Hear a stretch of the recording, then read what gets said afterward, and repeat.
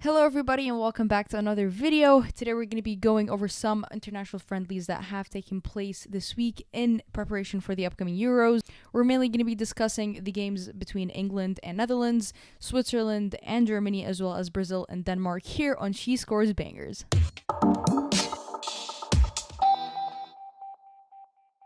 To kick things off, we're going to be talking about England's 5-1 victory against the reigning champions, the Netherlands. The starting 11 for the English side saw Mary Earps in goal. In front of her was Lucy Bronze, Rachel Daly, Millie Bright, Alex Greenwood.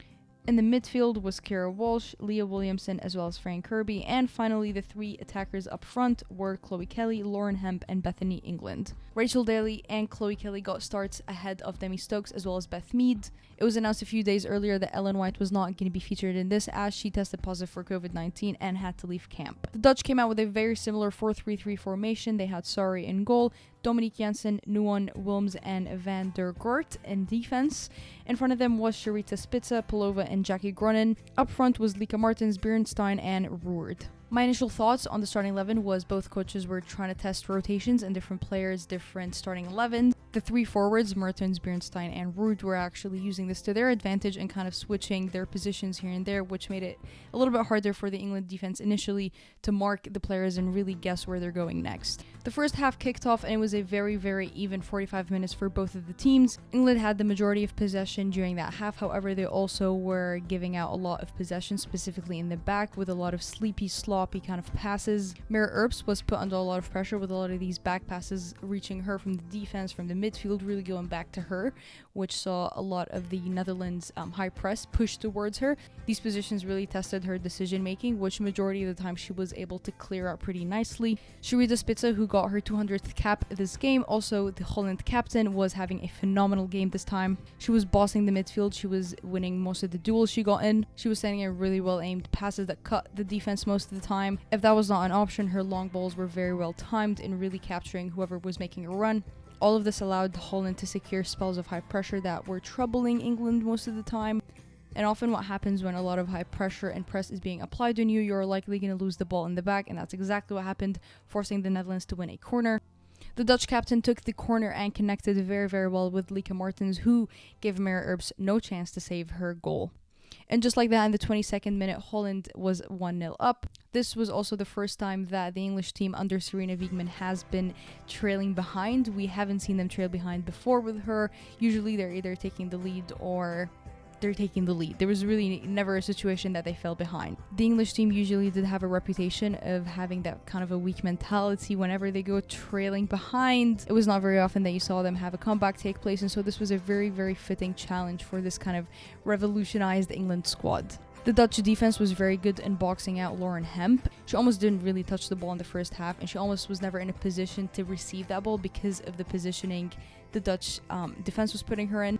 They seemed to be very disciplined, they seemed to be very tight in the back, really aware of where these England balls were going to go. Chloe Kelly on the other wing did have a little bit more success. She was connecting pretty well with Lucy Bronze often. Speaking of which, in the 32nd minute, Lucy Bronze sent in what looked like a bit of a cross, however, ended up chipping Sari and equalizing the game. Now, whether it was a shot or a dink or a chip or a cross or whatever Lucy Bronze was trying to do, I don't think it really mattered because it did end up in the back of the net.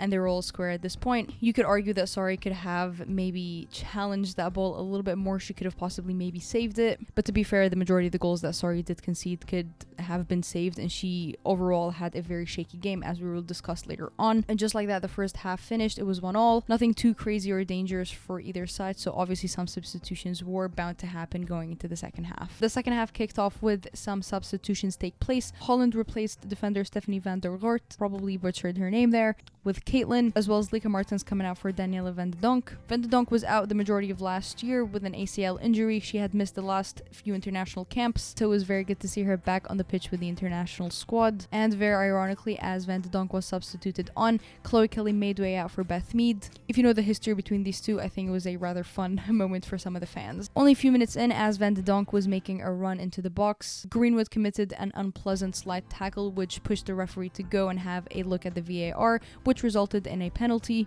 Sharita stepped up to take the penalty in hopes of putting Holland up front again. But Mary Earps had other plans to throw her off the penalty, pushing her to miss. Literally within seconds, a counter-attack sent through to Lauren Hemp finds Beth Mead, and England is 2-1 up. Honestly, the duo between Lauren Hemp and Beth Mead is so deadly, is going to be so crucial in a lot of moments for England in the upcoming Euros. I've never seen a better pairing than Beth Mead in scoring goals, as well as Lauren Hemp in providing assists. Looking to rebound and switch things up, Vivian Miedema and Esme Burks came on. Unfortunately, this was met with a trio substitution that saw Toon, Russo, and Stanway also come on the field. The story of the substitute coming on and making a difference continued for England as Ella Toon was able to confidently put a very nicely finessed shot on goal, and unsurprisingly it was also provided by Lauren Hemp. Not to take anything away from England, but it was very sloppy goalkeeping from Sari. She could have done a lot better. It was not that hard of a shot, you could say, to save. I'm not a keeper, but she could have done a lot better. Lauren Hemp was a lot more involved this half. She was not being as boxed up as she was in the first half, and said, I want to get on the score sheet, which she absolutely did by taking a beautiful volley going backwards, which is so incredibly impressive after a set of rebound shots that were saved in the box. And just like that, England was 4-1 up. Holland looked to be completely lost in there. It looked like the midfield went completely silent. The defense was being very, very sloppy, giving away so many balls. Ella Toon was very good in intercepting these loose balls and creating a lot of the attacks that England was getting.